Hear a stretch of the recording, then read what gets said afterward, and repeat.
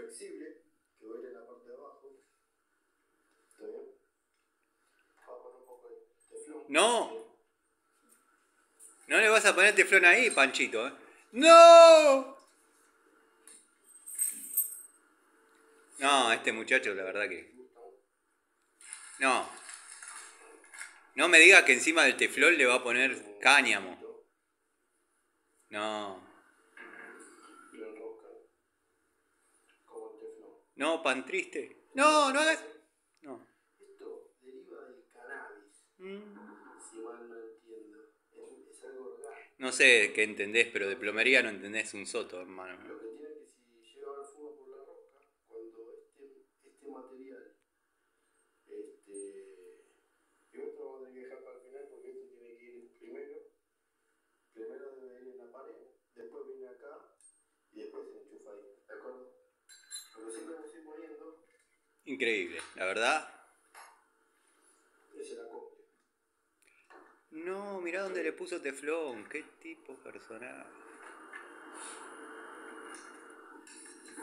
El acople le llaman una cupla. No. Un poco de cáñamo también. Más cáñamo. Rocco, te pido por favor que no mires más a este tipo porque cuando te venís a trabajar conmigo quiero que hagas todo lo contrario a lo que ves. Por favor, te pido. No. No, ya está. Es mucho. Déjalo ahí. Ya fue. Le va a salir una ampolla.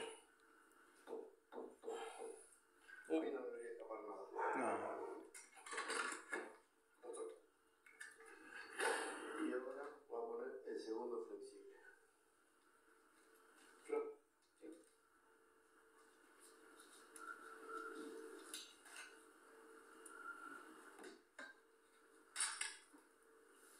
Listo. Va. Ahí no debería perder una gota. Es un tutorial de todo lo que no se debe hacer en plomería. Increíble lo de este muchacho. Increíble. Increíble. La verdad, no salgo de mi asombro. No sé si tomarlo como serio